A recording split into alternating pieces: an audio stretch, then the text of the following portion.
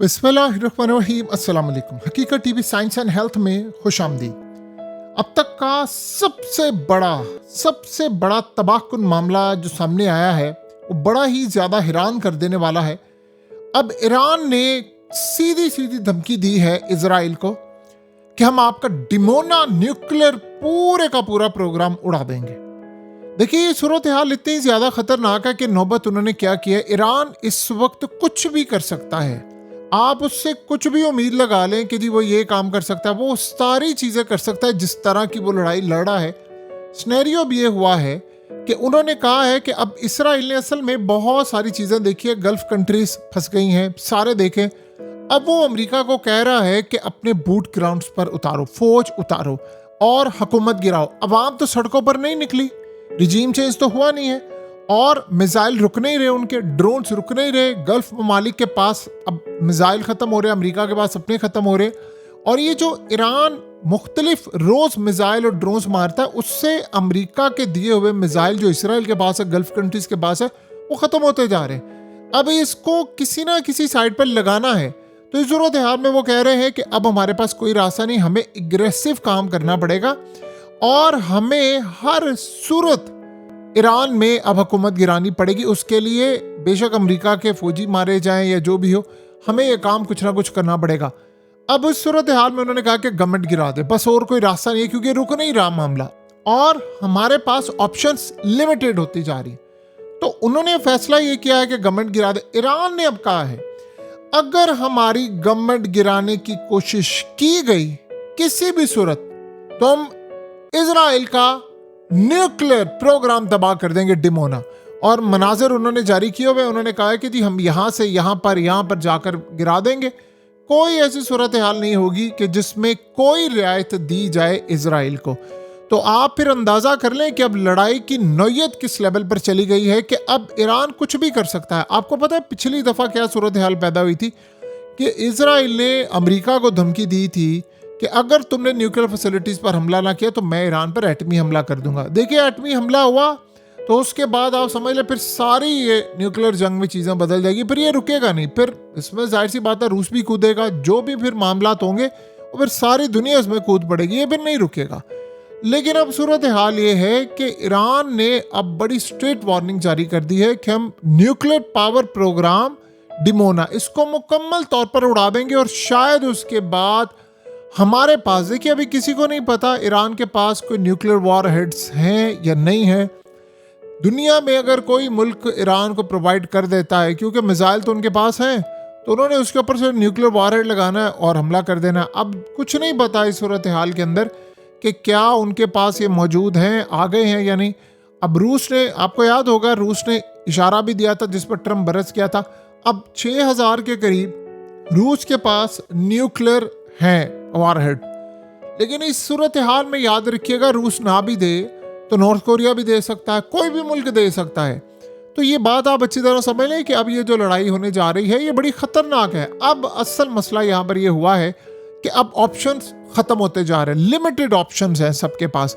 America के पास missile खत्म होते जा रहे हैं, गल्फ कंट्रीज को वो मिसाइल दे नहीं पा रहा और उसके बाद ये ड्रोन्स नहीं रुक पा रहे और ईरान ने रुकना भी नहीं है, ये भी आप ज़हन में रख लीजिएगा। अब जो सूरत हाल पैदा हुई है, ईरान को ज़रा सा भी शक हुआ ये कुछ हो जाएगा तो वो शायद हो सकता है सबसे बड़ा तबाहकुन हमला कर दे। उनके पास बहुत कुछ है अभी आप ये देखें ना कि इसराइल की जो तबाही हो रही है, गल्फ कंट्रीज़ के अंदर जो तबाही हो रही है, सब हो रही है। ये ट्रेलर आप समझ जाए, ये बहुत ज़्यादा तबाही होनी है, ये ज़्यादा देर तक वो मामला चलने नहीं वाला, ये आप ज़हन में रखें। अब ये लड़ाई जो है वो गली कूचों में दाखिल होने वाली। देखिए, गल्फ कंट्रीज़ का जो फ्यूचर है वो भी अब काफ़ी ज़्यादा परेशान कुन मामला है। खाली ये नहीं है कि फ़्लाइट्स कैंसिल हुई हैं, खाली ये मामला नहीं है, टूरिज़्म बहुत ज़्यादा बुरी हद तक मुतासिर हुई है और उसके अलावा इन्वेस्टमेंट मुतासिर हुई है। प्रॉपर्टीज़ की कीमतें जो हैं वो अब तकरीबन 20-25% ऑलरेडी गिर चुकी हुई हैं और अगर ये ज़्यादा देर तक लड़ाई रहती तो 50% तक भी गिरने का इम्कान है, जब ये लड़ाई बहुत ज़्यादा ख़तरनाक मामलात में चली जाएगी। तो अब इन ममालिक ने बहुत कोशिश की है। देखिए, ईरान रुक नहीं पा रहा। ईरान ने असल में क्लियरली एक फ़ैसला किया है कि मैंने फाइनेंशियल हब अब तबाह करने हैं। अब वो सारी की सारी सूरत हाल तबाह करनी, क्योंकि होता ये है कि मिसाल के तौर पर ईरान ये समझता है कि $5 ट्रिलियन इन्वेस्टमेंट का ऐलान हुआ है अमेरिका को और अमेरिका फिर यहाँ पर जाहिर सी बात है उसके बदले में अड्डे और ये तमाम चीज़ें इस्तेमाल करता है और फिर वो सपोर्ट करता है, हथियार देता है। काफ़ी हद तक गल्फ कंट्रीज़ को अब ये बात रियलाइज़ भी हुई है कि हमें अपनी फ़ौज को बढ़ाना है, हमें अपने आप को मजबूत करना है और हमें इस लेवल पर उतरना है कि अब हमें अमेरिका पर इन्हिसार नहीं करना, क्योंकि अमेरिका पर इन्हिसार करने का मतलब है कि आप तबाही की तरफ जाएं। अब आप सोचें ना, अगर ये मामला हो गया है कि आप एक दूसरे के न्यूक्लियर प्रोग्राम को तबाह करेंगे, अब इसका मतलब है कि अगर ईरान की न्यूक्लियर फैसिलिटीज़ को तबाह करने की कोशिश हुई तो वो भी उड़ा देगा। तो ये तो वाकई मामला अब नहीं रुकने वाला। रही बात ईरान की कि ईरान पहले कहता था मैं नहीं करता था, या ईरान ने कभी बहुत ज़्यादा हद तक चीज़ों को कंट्रोल किया था, वो तब तक था जब ईरान के सुप्रीम लीडर जिंदा थे। जब आपने लीडर को मार दिया है तो अब निचली क़यादत नहीं सुनेगी। किसी गलत फहमी में ना रहिएगा कि अब कोई क़यादत सुनेगी, कोई बात होगी। वो मुकम्मल तौर पर तबाही की तरफ मामलात को लेकर जाएंगे। तो अब अगले कुछ अरसे के अंदर जो हालात हमें नज़र आएंगे वो तो क्लियरली इंडिकेट कर देने वाले हैं कि हम एक बड़ी तबाही, एक बड़ी जंग की तरफ जा रहे हैं। और इस जंग के अंदर जितना नुकसान इस वक्त अमेरिका का होने वाला है, जितना नुकसान इस वक्त पूरी दुनिया के अंदर इन तमाम ताकतों का होने वाला है, उसका आप और हम तसव्वुर भी नहीं कर सकते। अब अमेरिका इस पूरे खेल के अंदर जो उनका मामला सामने आया है, अमेरिका पूरी तरह आउट होता हुआ नजर आ रहा है। अब आप सोचें कि अगर ईरान ने न्यूक्लियर फैसिलिटीज़ पर हमला करना है इजराइल की, तो जैसे ईरान को पहले तमाम मालूमात दी गई हैं कि यहाँ हमला करना या अमेरिकी छुपे हुए हैं या इसराइली है, तो वो डिमोना के हवाले से भी उनके पास सारी मालूमात है। ये बात आप ज़हन में रख लें। वो इस पूरे खेल में पीछे नहीं हटते हुए आपको नजर आएंगे। तो ईरान ने अब फैसला कर लिया है, उन्होंने असल में बड़ा सोच समझकर फैसला किया है कि हमने अब डिमोना को टारगेट करना है। अब ये आप सोचें कि इस वक्त सब बंद गली में चले गए। चाइना ने वैसे कहा है कि वो अपना नुमाइंदा भेज रहे हैं जाकर वो जंग बंद करवाने के लिए। नहीं रुकेगी ये जंग। उसकी वजह ये है कि आपने उनका लीडर मारा है, तो इसके नेमो बदल में आप उनको क्या देंगे? एक सिंपल सा सादा सा सवाल है, आप क्या किसी की कुर्बानी देंगे? अब आप सोचो ना, अरब ममालिक कह रहे हैं ईरान को कि आप रोकें, और उसी तरह गल्फ कंट्रीज कह रही हैं चाइना को कि इसको रोको, और उन्होंने ईरान को भी कहा रुको। अब ईरान नहीं रुक रहा, तो लेट से मिसाल के तौर पे ईरान रुक जाता है तो क्या इसराइल रुक जाएगा? आप सोचे ना, उन्होंने कह दिया है कि जो भी नया सुप्रीम लीडर आएगा हम उसको मार देंगे, हम मार देंगे उसको। उन्होंने कल ओपनली कह दिया है। तो जब उन्होंने ये कह दिया है तो फिर अब आप न्यूक्लियर फैसिलिटीज की तरफ मामला तो जाएगा ना। ये बात आप ज़हन में रखें। एक लास्ट ऑप्शन जो सबसे खतरनाक ऑप्शन है इस वक्त, सैमसन ऑप्शन, वो इजराइल इस्तेमाल कर सकता है, और वो इस्तेमाल तब होगी कि जब उसको लगेगा कि अब मेरा वजूद मुकम्मल तौर पर ख़तरे में आ गया है। तो उन्होंने प्लान किया है कि हम तो तबाह हो जाएंगे, हम पूरी दुनिया को भी तबाह कर देंगे। ये उनके पास इस वक्त ऑप्शन बाकी है, और देखना ये है कि वो इस ऑप्शन को कैसे यूटिलाइज करते हैं।